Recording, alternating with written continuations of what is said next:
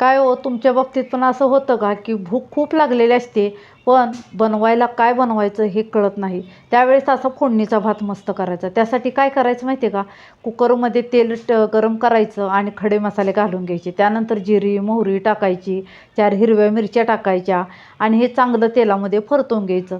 त्यानंतर एक मोठा कांदा असा कापून घ्यायचा, कांदा पण टाकायचा. त्यानंतर त्याच्यामध्ये हिंग आलं लसणाची पेस्ट टाकायची आणि छान असा गुलाबी रंगावर कांदा परतून घ्यायचा.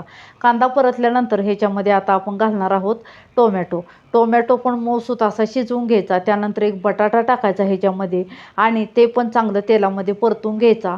शेंगदाणे पण टाकायचे भाजून. त्यानंतर हळद धने पावडर टाकायचे आणि परत एकदा थोडीशी कोथिंबीर टाकून हे चांगलं छान असं परतून घ्यायचं. आणि त्यानंतर ह्याच्यामध्ये तांदूळ स्वच्छ धुवून टाकून घ्यायचा. तांदूळ टाकल्यानंतर हे छान असं परतायचं आणि गरम पाणी टाकायचं आणि त्याच्यामध्ये चवीपुरतं मीठ टाकून कोथिंबीर, तुम्ही ह्याच्यामध्ये तूप बटर काहीही टाकू शकता आणि त्यानंतर एक 2 शिट्ट्या करून घ्यायच्या. 2 शिट्ट्या झाल्यानंतर तुम्ही इथं बघू शकता एवढा झटपट होणारा हा फोडणीचा भात आहे की तुमच्या तोंडाला सुद्धा हे बघून पाणी सुटलं असणार.